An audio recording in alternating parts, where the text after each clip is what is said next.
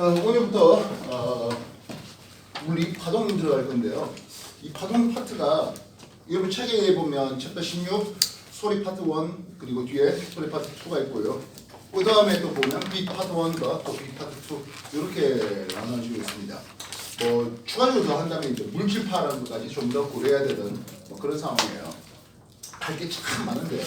문제는 이 많은 양이 다 알고 비비고 반죽해서 한 문제 나온다는 뜻이에요. 우리는 파동의 정의부터 한번 따져볼까 합니다. 파동이라고 하는 놈은요, 어느 한 점, 이걸 우리는 파원이라는 게 있습니다. 파동이 발생한 어느 한 점. 그래서 빛이 나왔다면 빛광자 써서 광원이라 할 수 있겠죠. 소리가 나왔네요. 그러면 음원이라 할 수 있겠습니다. 뭐 지진이 발생했다면 진원이 될 수 있겠죠. 그래서 어느 한 점, 파원에서 발생한 진동이 매질을 타고 매질은 제자리에서 진동만 할 뿐이고 직접 이동하는 건 아니에요. 에너지를 전달하는 이런 현상 우리는 파동이라는 이름을 쓰겠습니다. 그래서 우리는 파동의 종류를 여러 가지 의미로서 한번 따져봐야 되는데요. 매질을 타고 에너지를 전달하는 됐습니다. 매질은 제자리에서 진동만 하고 직접 이동하는 건 아니라고 했는데요.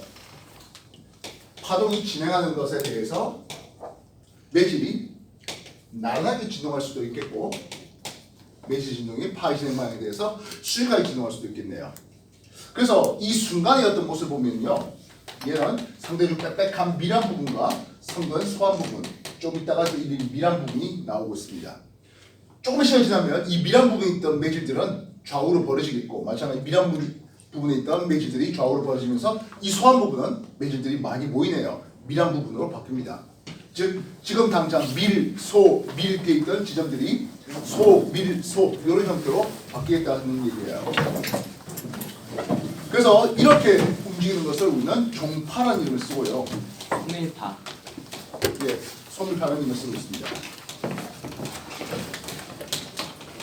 대표적인 종파의 모습으로 우리는 지진파의 P파를 쓸 수가 있겠고, 그리고 지금 여러분들이 소리를 듣고 있는 소리 음파가 또 경우에 따라서는 우리가 들을 수 없는 진동소의 초음파 이런 것들이 종파의 형태로 에너지를 전달해주고 있습니다.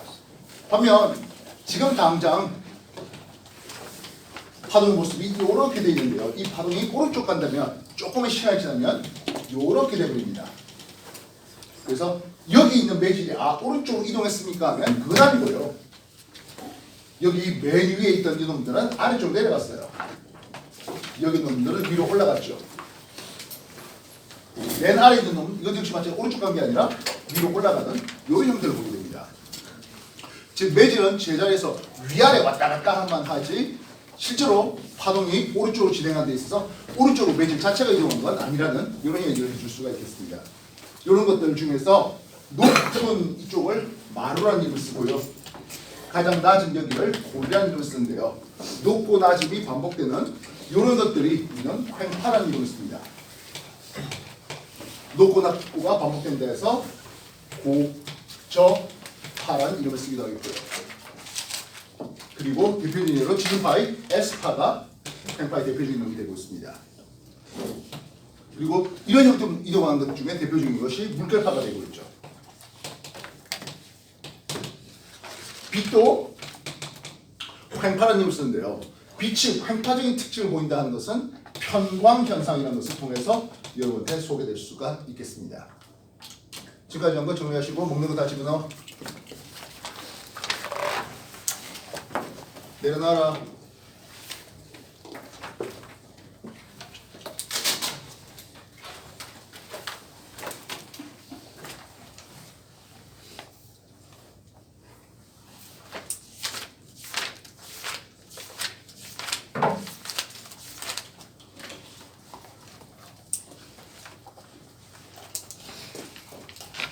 그래서 이 놈들은 우리가 파동의 진행 방향과 매질의 진동 방향에 대해서 소개를 해봤습니다.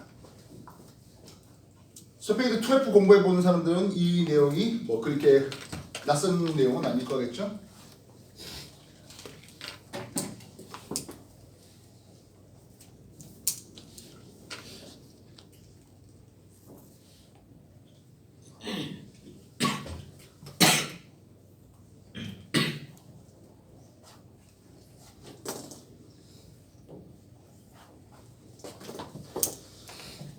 우리는 에너지를 전달하는 데 있잖아요.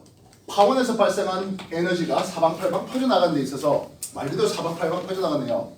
그러다 보니까 단위 시간당 단위 면적에 떨어지는 에너지량은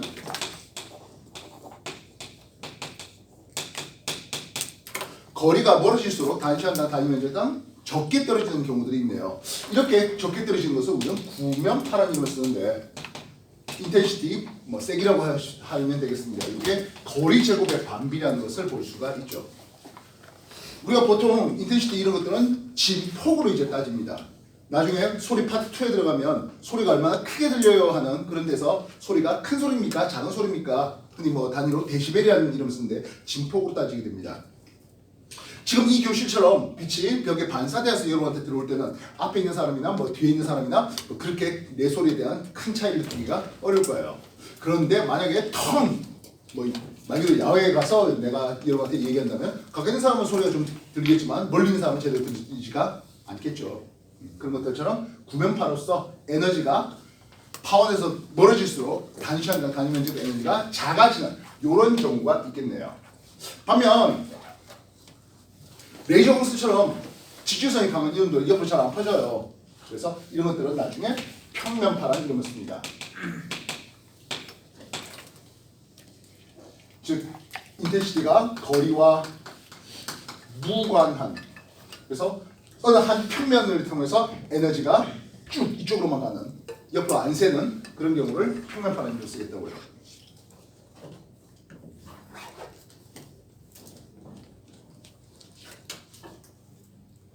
인텐시티는 거리와 무관하게 나오는 이런 것들은 평면파. 대표적인 예로 아까 말했던 레이저 광선 같은 것들을 줄 수가 있겠습니다. 정리해 주십시오.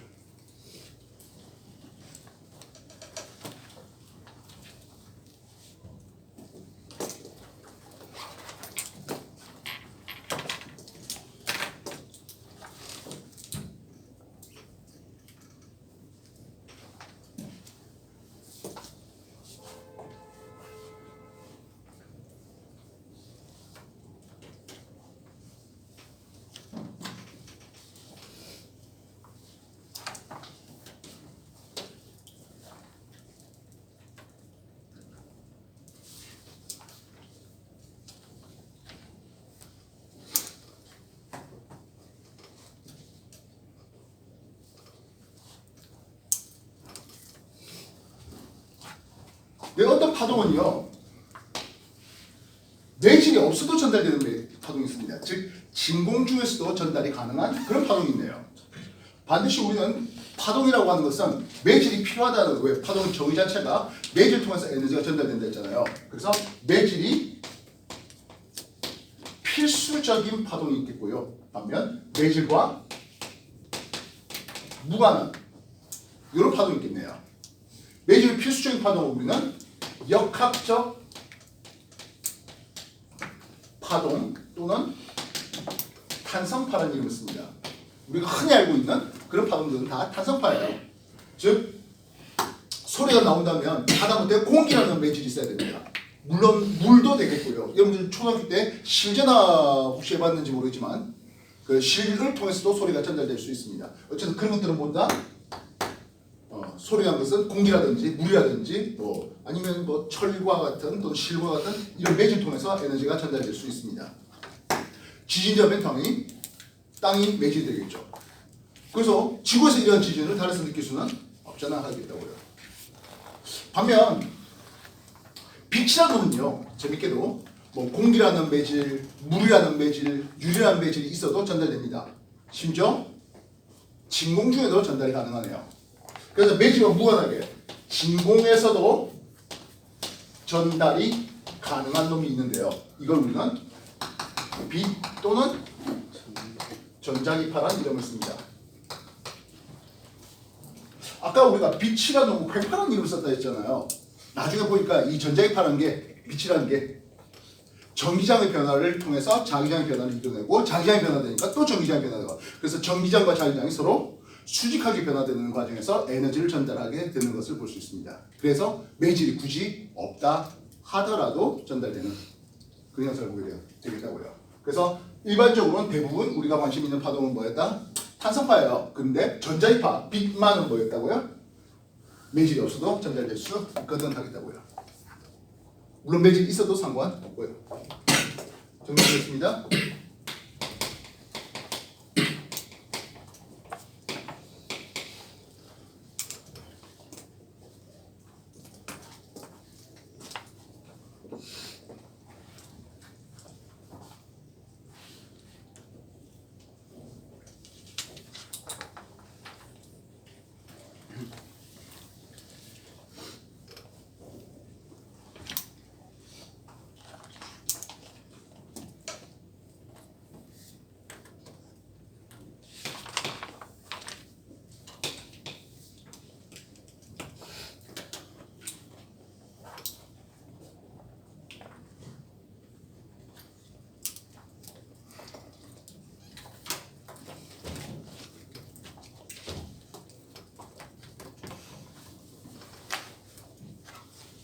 우리는 파동의 요소를 횡파로서 설명하기 좀 더 편해요. 종파보다는요. 그래서 심지어 음파, 종파인데요. 그거를 마이크로 녹음하는 과정에서 그 파형을 보면 오실로스코프라 해가지고 횡파적인 모습으로 이제 표현해내고 있습니다. 우리는 파동 요소를 X축 시간축에 따라서 Y축 그 매질의 변위 값으로 한번 따져볼까 합니다.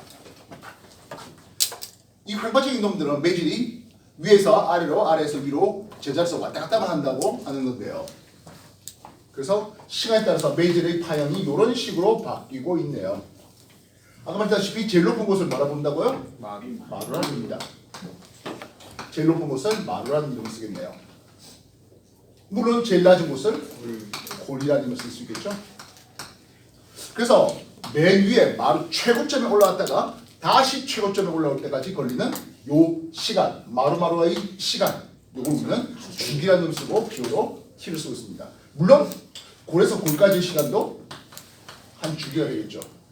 뭐 영 귀찮으면 사인 한 곡선이 지나갈 때 만들어지는 요 시간도 한 주기라고 얘기할 수 있겠습니다. 알겠습니까? 우리는 주기의 역수를 쓸 수가 있을 텐데요. F, 진동수, 주파수, 뭐 프리퀀시, 뭐 마음대로 읽어도 상관없겠습니다. 이게 한 번 진동하는데 10분의 1초, 0.1초 걸렸대요. 그럼 1초에 몇 번 진동하죠? 한 번. 10번. 10번 진동하겠죠? 그래서 10Hz 이렇게 쓸 수 있습니다. 주기의 역수를 우리는 진동수라고 이름 쓰겠고요. 그래서 주기의 시간의 단위가 당연히 세컨잖아요. 그래서 이놈의 단위는 세컨 인버스 또는 헤르츠라는 단위를 쓰고 있습니다. 반면 X축 이동 거리축으로 Y축 매질의 변위축으로 주는데요. 역시 이런 사인 한 곡선이 그려질 수 있겠네요. 물론 이 크기는 뭐야? 진폭이라는 이름을 쓰고요. 앰플리튜드 A를 쓰는데요. 당연히 하나의 파동이었다면 이 진폭의 크기는 이와 서로 같아야 되겠죠. 반면 이거는 X축은 시간축이고 이건 거리, 이동 거리 축이에요.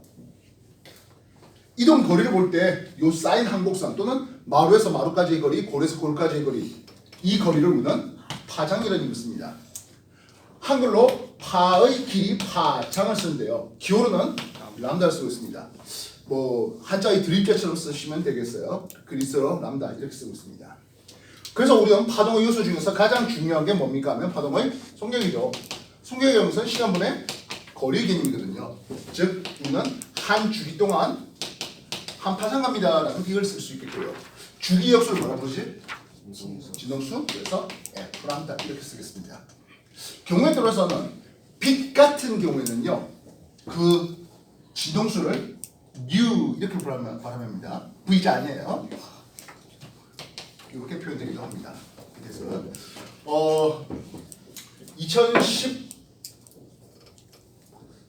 2010년 되기 전까지는 U를 쓰는 경우들이 좀 많았는데요. 영화 보러 왔어?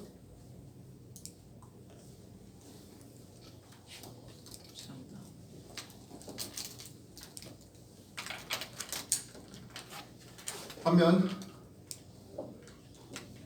2010년 이후부터는 거의 모든 교육에서 진동수 프리퀀시 이렇게 쓰고 있습니다. 빛에 대해서도 말입니다. 알겠습니까? 네. 다만 과거 쪽에서는 아직까지 U를 쓰는 사람들이 좀 있네요. 물결파의 진동수라든지 이런 것들은 그대로 프리퀀시 F 쓰는데 빛에 대해서는 U를 쓰는 선생님들이 좀 많이 남아 있습니다. 알겠습니까? 정리해 주십시오.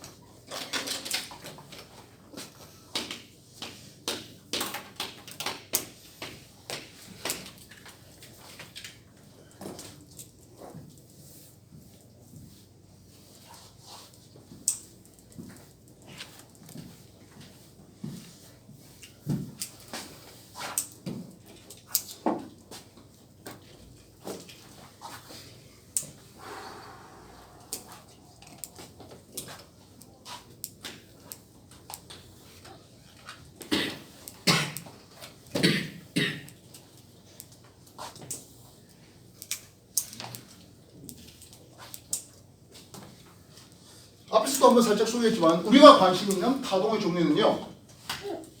전자기파가 있습니다. 흔히 빛이라고 불러주는 놈이죠. 소리가 있네요. 음파가 있고요. 물결파가 있겠습니다.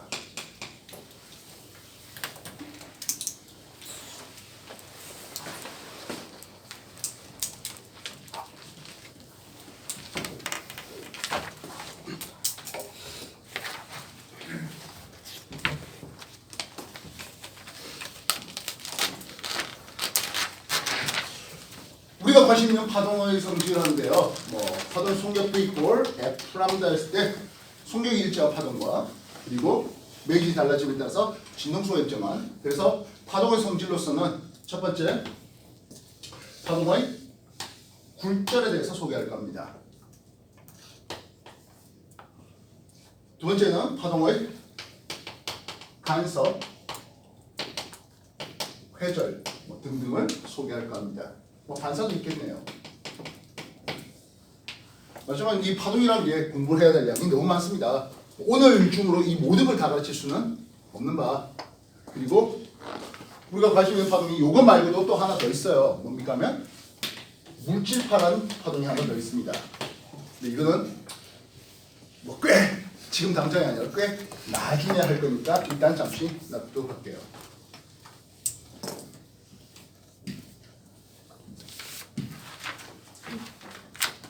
우리가 파동의 요소로서 속력 V equal F 람다 또는 T분의 람다라는 힘을 쓴다 했잖아요.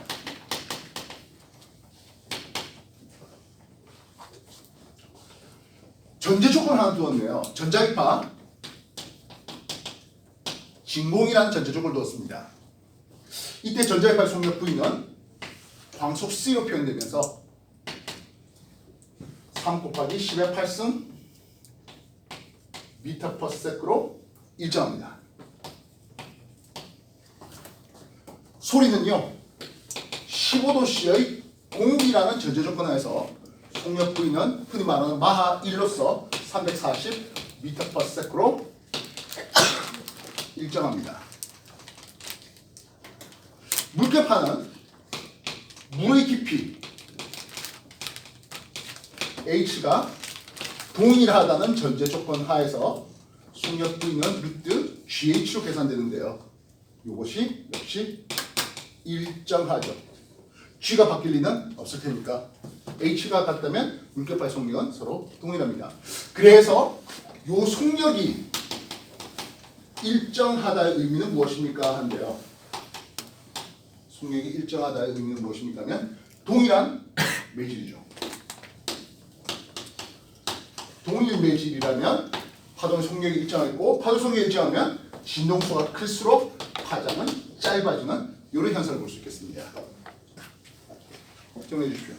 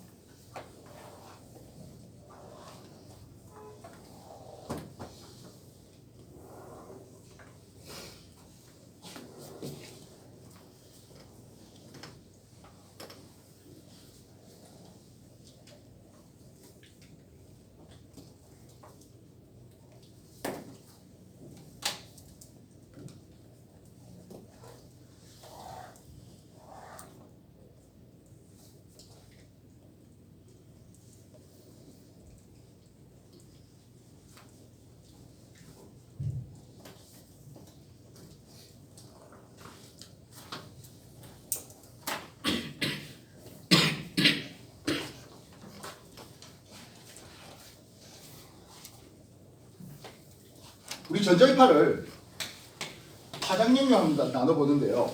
대략 700 나노미터에서 400 나노미터 수준까지가 우리 눈에 보이는 광선인데요. 그것을 우리는 비지블 라이트 가시광선이라는 이름을 씁니다. 뭐 알다시피 700 나노 근처가 붉은색, 400 나노 근처는 보라색이 되고 있습니다. 즉 오른쪽으로 갈수록 파장이 긴 데고 왼쪽으로 갈수록 파장이 짧은이라고 쓸 수 있겠군요. 근데 진동수가 어떻습니까 하면 400나노 이쪽은 대략 한 7 곱하기 10의 14승헤르츠, 700나노 쪽은 4 곱하기 10의 14승헤르츠로 이쪽은 진동수가 큰 게 여기는 반대로 진동수가 작게 되겠습니다. 그리고 진공이라는 전제 조건이었다면 보라색이나 빨간색이나 속면서로 같습니다. 과거에는 빛이라고 하는 게 가시광선 영역 이것만인 줄 알았는데요. 나중에 보니까 이거 더 넘어야 있더라고요. 보라색을 한자로 자색이라는 이름을 씁니다. 자색 더 넘어야 있다 해서 자외선 울트라 바이올렛 쓰겠습니다. 그 외에 엑스선이나 감마레이 등을 쓸 수 있겠고요. 아인슈타인 광량자설에 의해서 광자 한 개의 에너지는 진동수에 직접 비례하고 그래서 감마레이 같은 경우에 에너지가 너무 커서 암세포를 때려잡는 데도 사용할 수가 있겠습니다. 엑스선 뼈사진 찍는 데 사용하고 있고요. UV 자외선 살균하는 데 사용되고 있죠.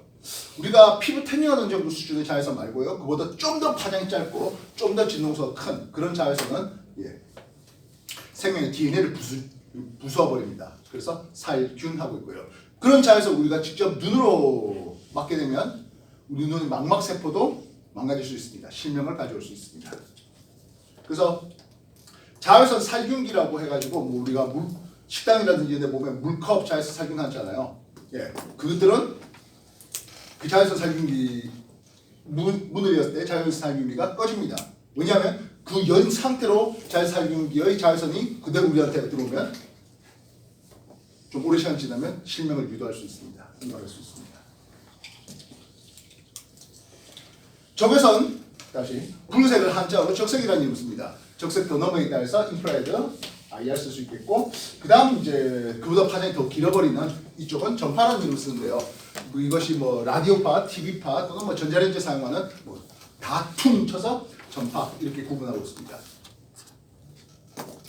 역시 마찬가지 진공중이라면 파장이 길든 짧든 모든 전자기파의 속력은 30만 km/s로 동일합니다. 즉 태양에서 오는 자외선이 됐든 태양에서 오는 적외선이 됐든 우리한테는 동시에 도달한다는 뜻이에요. 이해됐습니까? 그래서 나중에 요 파트 하나는 여러분이 나중에 모의고사 문제를 보면 거의 1번 문제에 자주 나오는 내용인데요. 각종 전자기파의 사용처, 용처 이런 거에 대한 질문이 되고 있습니다. 먹으러 하는 문제입니다. 이거로 하는 거 있잖아요. 정리해 주십시오.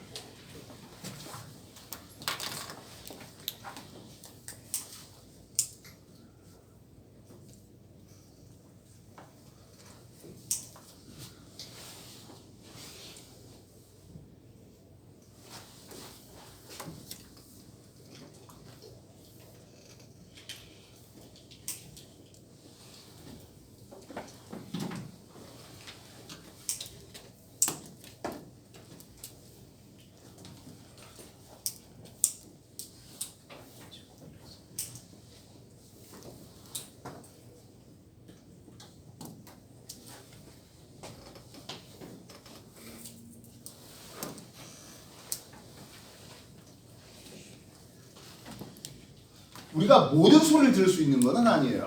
사람의 귀로 느낄 수 있는 소리가 있는데요. 그걸 우리는 주파수 또는 진동수 입장에서 가청 주파수라는 게 있습니다. 진동수 입장에서 20Hz에서 20kHz, 즉 2만 Hz인데요. 요게 들을 수 있는 소리들입니다. 물론 뭐 잘 알다시피 나이가 들면 요 고음을 듣는 능력이 조금씩 떨어져요. 그래서 여러분한테는 들리는 소리지만 나한테는 안 들리는 그런 진동수도 있어요. 아까 우리가 소리의 세기로서 소리의 요소로서는 소리의 세기, 이거는 앰플리튜드 진동수에 관심을 가집니다. 단위는 데시벨 쓰고 있죠. 소리의 높이, 고음이다 또는 저음이다 하는데요. 요거는 프리퀀시 진동수에 관심 가지게 됩니다. 특히 그 기본 음계 도레미파솔라 음이 440Hz예요. 그리고 도레미파솔라하고 그 다음 시도 또다시 도레미파솔라 할 거 아닙니까? 그지? 높은 라가 되면 이건 880Hz가 됩니다. 이렇게 진동수가 2배 되면 F0에서 2배 F0 되면 요 두 차이를 한 옥타브 차이 나는 음은 진동수가 2배 차이 나게 됩니다. 그럼 또 다음 라는 880의 2배 되는 헤르츠가 되겠죠. 이해되셨어요? 그렇다 하더라도 15도씨의 공기라는 전제 조건 하에서는 모두 다 속력이 똑같다는 거예요. 소프라노가 내는 고음이나 뭐 바리톤인가요? 내는 저음이나 다 똑같은 속력으로 온다 하는 거예요. 알겠습니까? 정리해 주십시오. 물론 이것보다 더 고주파가 돼버리면 우리가 못 듣는 초음파가 되겠죠. 얼굴 애들 있으면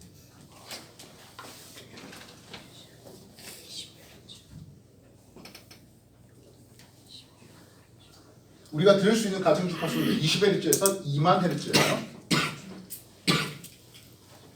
20kHz나 2만 Hz나 그 정도죠.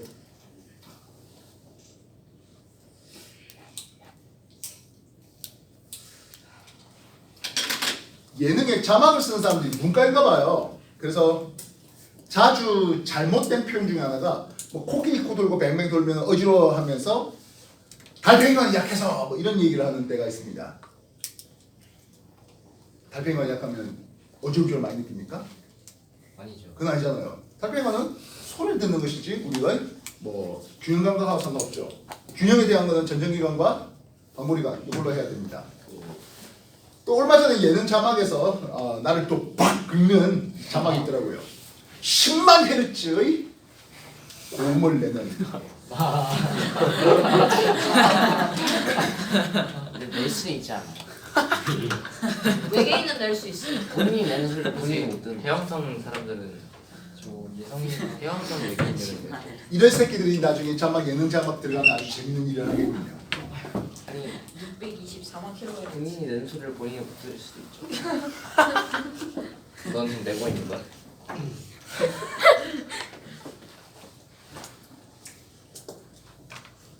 물결파는 천회파와 심회파로 구분하는데요.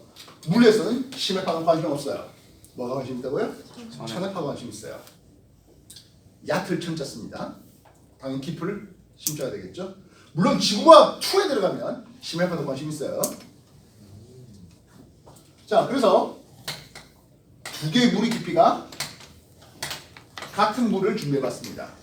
무리 깊이가 같은데 물결파를 이렇게 출렁거려서 어떤 물결파는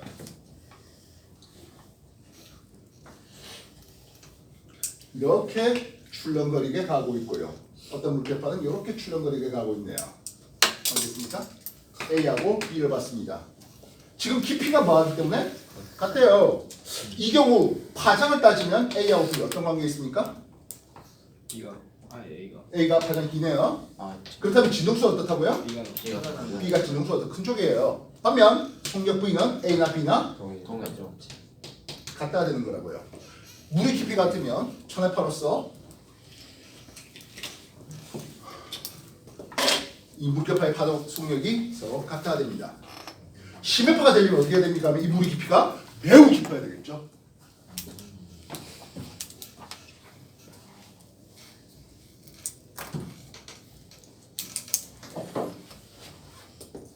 그래서 우리가 수조를 놓고 이렇게 실험을 하는 것들은 다 1000회파를 발생시켰다는 겁니다.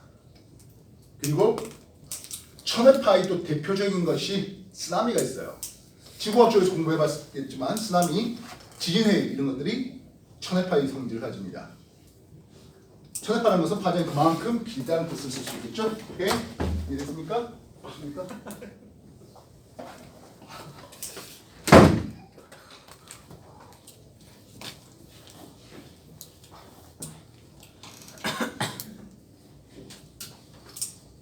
뭐하냐?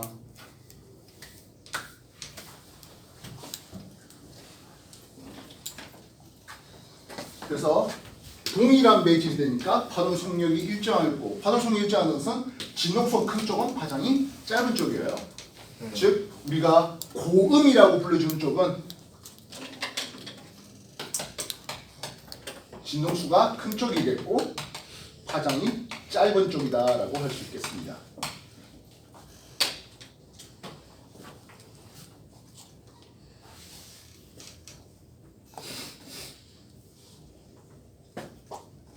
됐습니까?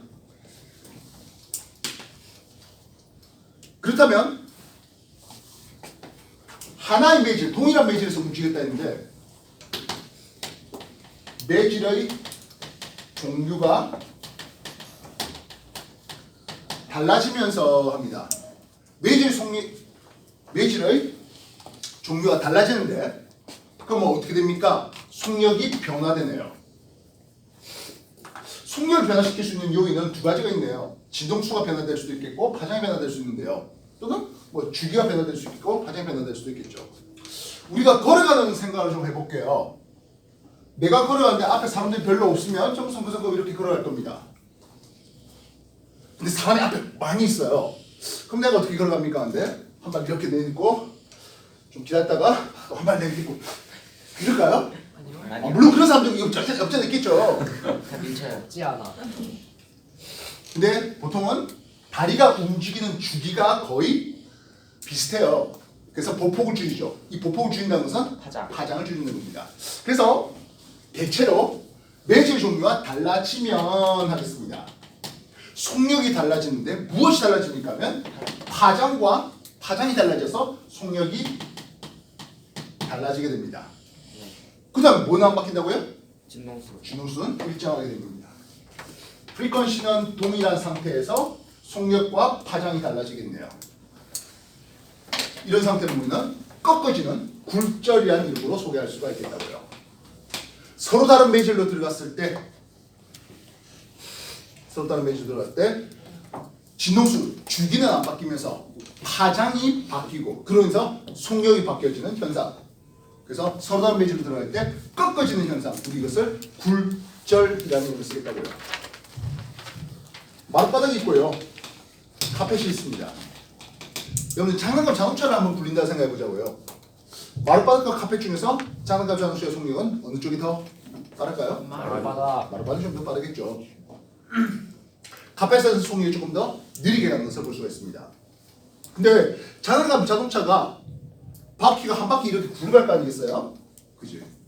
그 굴러가는 데 걸리는 시간, 한 바퀴 구는데 시간 바뀔까요? 아니죠. 그건 안 바뀔 거잖아요. 그럼 뭐가 바뀐 거야? 그 구름으로 인해서 간 거리가 달라진다는 거죠. 즉 카펫은 뭐 털이라든지 이런 것들, 약간 슬라이싱 이런 것들을 통해서 좀 덜 간다는 거죠. 마룻바닥에서 이런 식으로 왔을 때 요게 한 바퀴 굴러간 거리라고 합시다. 한 바퀴 굴러간 거리를 파장이라고 따져보자고요. 그러면 이쪽도 같은 속도로 이렇게 파장 그렇게 왔겠죠? 근데 이쪽에서는 약간 슬라이스 나네요. 그래서 한 바퀴 굴렀다 하더라도 땅을 밀고 간 거리가 좀 덜 갔다는 생각을 해줄 수 있습니다. 즉 파장이 좀 짧아졌네요. 완전히 다 트완 뒤엔 이런 식으로 가겠죠. 그래서 경로가 꺾어지는 현상. 나중에 뭐 여기가 모래사장이 있고 물이 있습니다. 여기 허우적거리는 사람이 있네요. 직선으로 직접 가는 것보다는 이렇게 꺾어가는 게 좀 더 시간이 단축될 수가 있는데요. 그걸 나중에 페르마이저물이라는 이름으로 소개할 겁니다. 그 경우에 따라서는 여러분들이 미분을 통해서 시간이 짧게 가는 그것을 소개해야 되겠다고요. 이거는 우리가 경로상에서 경사를 이렇게 직접 내려온 것보다는 이런 경사를 통해서 내려온 게 좀 더 짧은 시간 만에 여기에 도달할 수 있거든 하는 그런 내용으로 소개될 수가 있습니다. 참고로 논술 과제에서 굉장히 자주 언급되었었던, 요즘 논술 잘 안 치기 때문에 걱정하지 마세요. 줄 거예요. 재밌겠네요. 예, 와. 여러분 재미를 위해서 줄 거예요. 감사합니다. 이해됐습니까? 네. 자, 그렇다면 여기가 뭐 1구역의 어떤 물결파가 온다고 합시다. 우리가 물결파를 치는 데 있어서 물이 이렇게 물결 치고 있잖아요. 여기 전등을 놔요. 그래서 보면 마치 이 물이 마루가 되어 있는 쪽은 빛을 볼륨엔진이랑 모아줍니다. 그럼 여기는 밝게 나오겠죠. 골드에 있는 쪽 어떻습니까? 하면 옆으로 퍼집니다. 상대적으로 어둡게 나옵니다. 이건 나중에 물결파 투영 장치라는 이름 써요. 물이 순간 이렇게 됐을 때 이해되시겠습니까? 그리고 또다시 마루 쪽은 빛이 볼륨엔진이랑 모아주겠죠. 빨갛네요. 그래서 밝은 것과 그 다음 밝은 것 사이의 거리는 마루 사이 거리라는 이름을 쓸 수 있겠고 파장이라는 이름을 쓸 수 있습니다. 근데 물결파가 물이 이렇게 돼 있을까요? 이 시험을 할 때 옆에서 이렇게 봐서 그렇지 이런 그림인 거예요. 이해되시겠어요? 그래서 마루를 쭉 연결하면 밝은 선이 쫙 순간 보입니다. 물론 조금 있으면 그게 어두운 선으로 바뀌겠죠. 물이 위아래 왔다 갔다 하면서 마루가 됐을 때 밝은 한 선, 또 골길이 만들어졌을 때 어두운 한 선, 또 마루가 되면서 밝은 한 선이 만들어집니다. 그래서 물결파가 올 때 밝은 선들을 모아보니까 이런 그림이 나오네요. 이 밝은 선들은 마루끼리 모아서 요걸 파면, 이 파면은 동일한 위상을 가진 놈들을 쭉 이은 걸 파면이라고 했습니다. 이해되시겠어요? 잔잔한 호수에다가 돌멩이 하나 텅 던지면 파면이 물결이 이렇게 됐다가 또 퍼지고 퍼지고는 그런 장면을 보겠습니다. 파면, 이쪽도 파면 되네요. 그래서 물결파가 만들어지는 순간의 모습을 포착을 해가지고 파면, 그럼 파면 사이의 간격은 어떻게 될까요?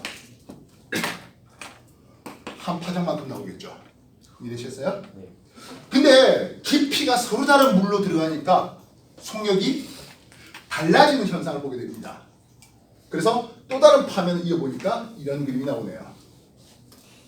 그러면 이쪽 파면과 파면 사이 간격은 또 다른 파장 쓸 수 있겠죠. 확인됐습니까? 람다 파면을 쓸까요? 확인됐나요? 그리고 물결파를 퉁 하면 구면파가 발생하면 이렇게 퍼져나가는 선, 물결파가 사방, 팔방 이렇게 뻗어나가기 때문이겠죠. 반면 이런 막대기 가지고 물결파를 만들면 물결이 이렇게 노을져가는 거는 일종의 평면파 형태로 나가는 건데요. 그렇게 평면파 형태로 나갈 때 이 파의 진행 방향은 어떻습니까? 하면 파면에 수직하게 파동의 진행이 오게 됩니다. 즉 이렇게 오는 것을 입사파라는 이름을 쓸 수 있겠고요. 꺾어져 나간 이런 것을 굴절파라는 이름을 쓸 수 있겠네요. 그리고 항상 파동의 진행 방향과 그 파면은 수직하게 됩니다. 이해했어요? 그럼 얼마든지 뭐 이런 식으로 또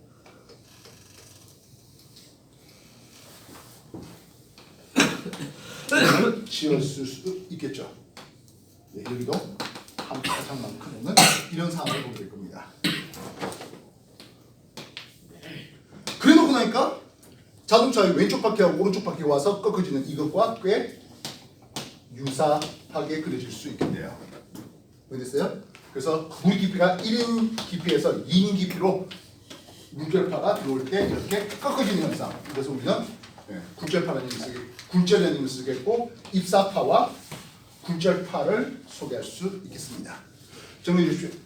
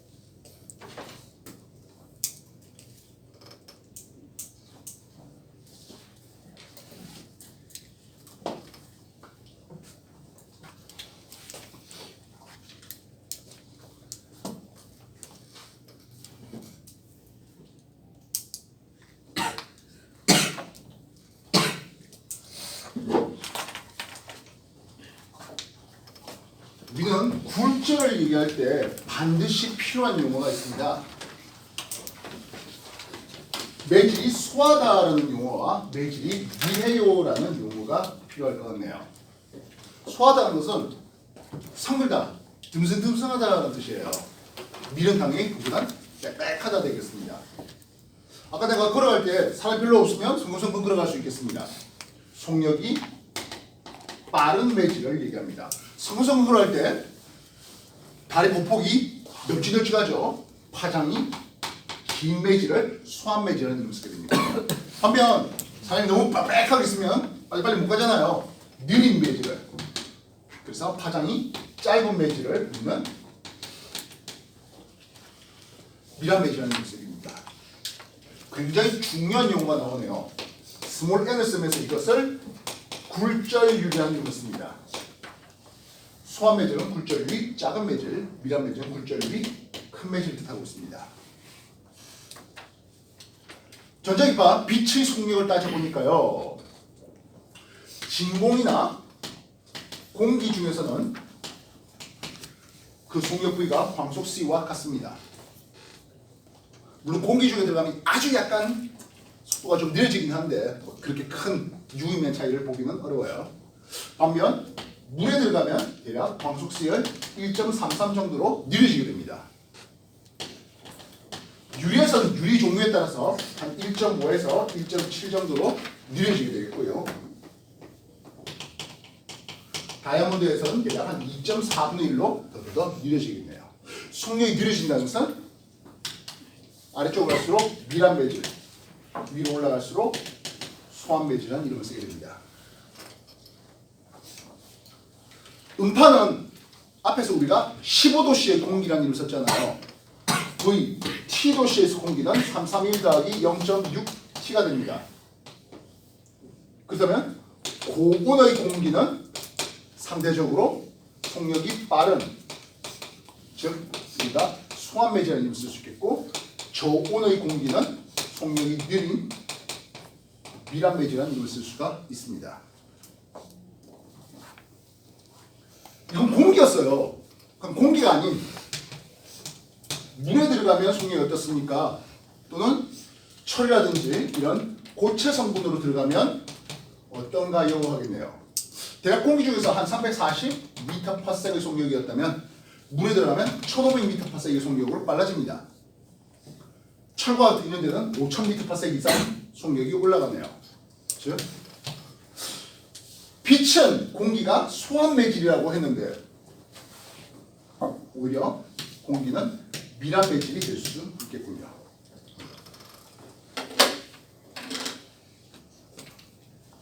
우리가 1000헤파의 경우 속력부 이꼴 F랑 속력부 이꼴 루트 GH를 쓸 수 있는 바, 깊은 물이라는 것은 속력이 빠른 소한 매질이 되겠고, 얕은 물은 속력이 느린 미라다라고 쓸 수 있겠습니다. 좀 해주십시오.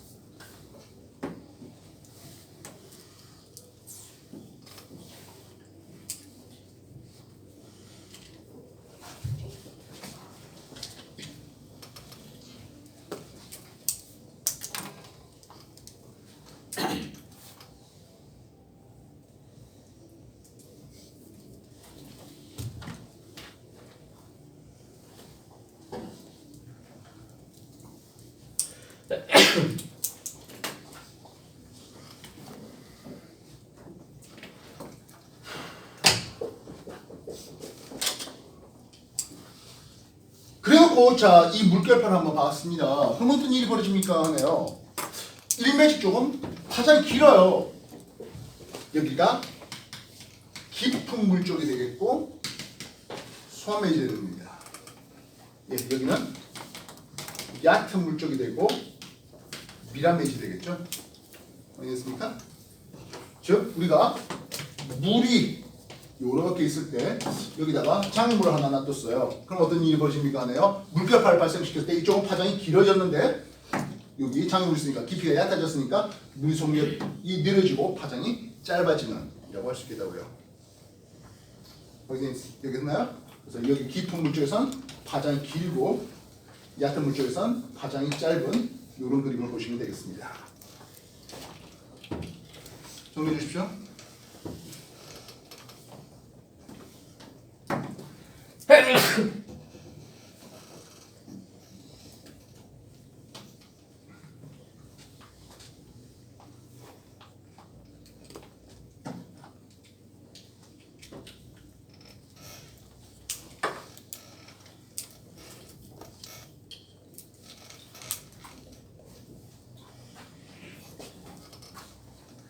빛의 속력도 마찬가지 광속 C를 그 굴절율로 나눈 겁니다. 즉 공기의 굴절율 1.0으로 삼을 수 있거든요. 실제로 1.0003 뭐 그렇게 됩니다만은 뭐 그 차이 내기가 어렵겠죠. 그래서 이렇게 표현될 수가 있는 거예요.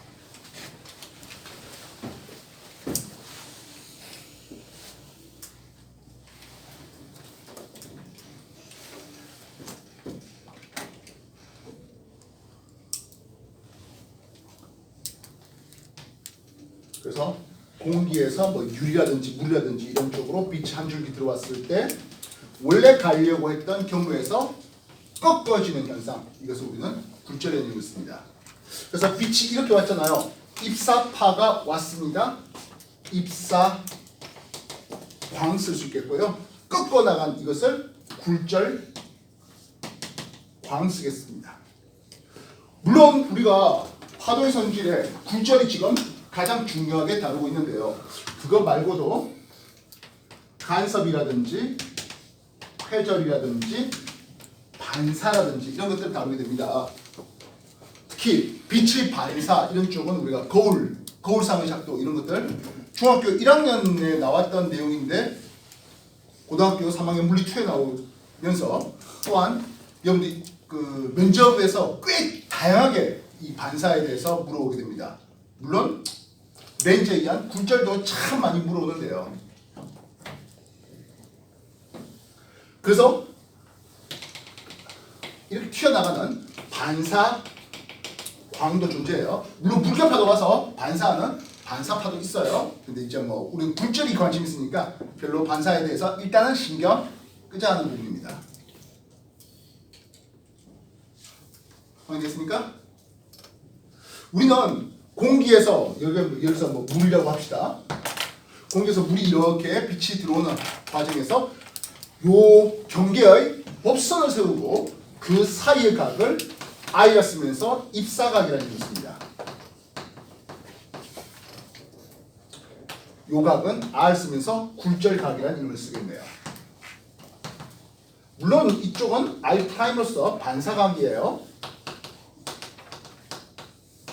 나중에 반사의 법칙이라서 입사각과 반사의 크기는 무조건 같아야 돼요.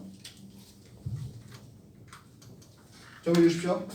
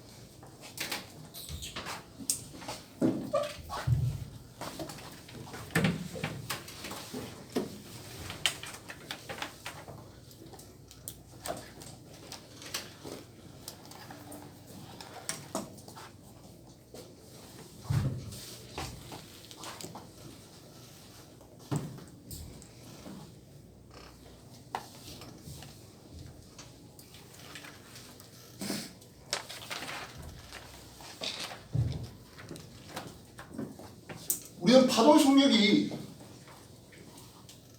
진동수 바뀌지 않다 보니까 파장이 직접 비례하는 것을 볼 수 있습니다. 그래서 2매질의 속력과 1매질에서의 속력의 비율은 2매질에서의 파장과 1매질의 어떤 파장 요 비율대로 나올 수 있겠는데요. 이걸 우리 나중에 스넬의 법칙이라 해서 사인 값으로 R분의 사인 I를 쓰게 되는 이런 공식을 보게 됩니다. 그렇죠 말하지만 나는 공식을 외우는 거 별로 안 좋아해요. 그러다 보면 증명을 유도하고 뭐 그럴 뻔은 아니겠고요. 좀 더 아주 쉬운 방법을 가르칠 겁니다. 일단 증명을 한번 해볼까 하네요. 좀 전에